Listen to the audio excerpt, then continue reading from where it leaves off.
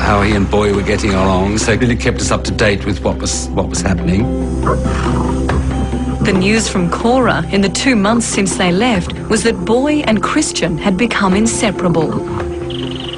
They had changed from enemies to friends and would disappear away from the compound for days at a time. An African lion teaching the European youngster the ways of the wild. But Cora was not just home to Boy and Christian. It was also home to rival lions, and this made life fraught with danger. Boy and Christian, being males, were always going to have trouble with the wild lions. They were never going to just let them carve their own territory out in their territory. In the 8 months since John and Ace had left, Christian's pride had been trying to establish their territory. But then, a major setback. A vicious clash with the rival lions left Boy seriously injured. Despite George's care, the debilitating attack had far-reaching results. Boy's temperament changed, and he became a real threat to humans. On June 6, 1971, Boy returned to the compound where George and his staff, including his assistant Stanley, lived. Outside the compound, Stanley was attacked by Boy. The first thing that was heard was this shrieking and roaring and shrieking from a person and roaring from an animal. George grabbed his gun and saw Stanley in Boy's mouth. And George had no alternative but to shoot Boy. And Stanley actually died too from his wounds. He never recovered. So it was a double and terrible tragedy. It was just devastating news. It became international news about George Adamson's tame lions, the danger of his work rather than the good aspects of his work. The death of Stanley was a tragedy, a loss to his family and to George. With Boy's death, Christian had lost his best friend. He would sit by Boy's grave for hours on end. Now the only male in the Cora Pride, he was on his own. Tony Fitzjohn, a 25-year-old with a love of wildlife, joined George Adamson at Cora. He recognised Christian's unhappiness. He did miss Boy. It did add to his fear level.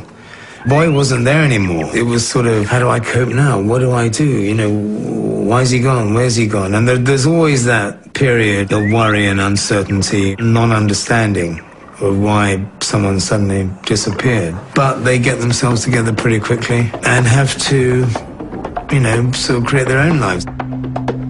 Boy's death and Christian's loneliness worried John and Ace. After a year apart from him, they decided it was time to return to Africa. Like family, they wanted to give Christian support, but they knew that things would be different this time. We weren't sure of our reception this time. We always thought anything could happen. It was very dangerous. It was the wilds of Africa. After an anxious day in the compound, Ace and John walked onto Christian's territory.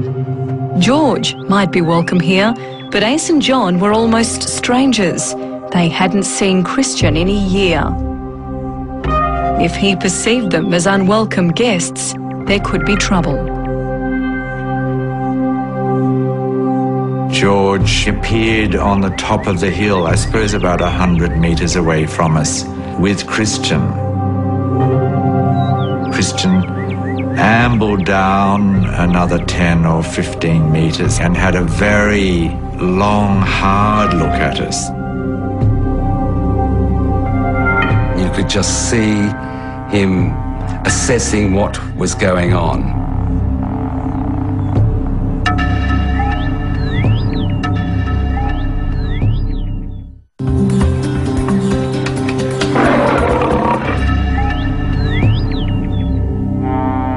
kept walking slowly, slowly down towards us. And I think that was the point where we actually couldn't bear it any longer and actually called out his name.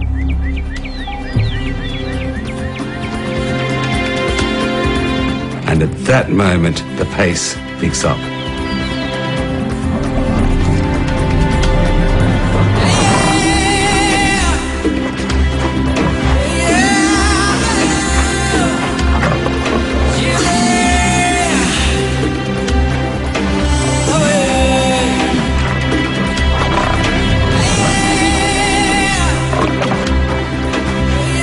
Just so excited. And of course we were. I mean, imagine how excited we were.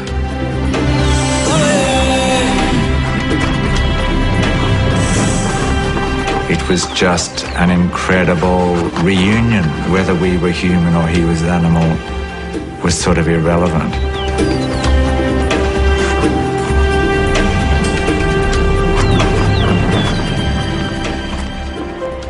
Christian's acceptance of John and Ace was mirrored by the Lionesses, brought to Cora 3 months earlier to develop the Pride. They too welcomed the newcomers.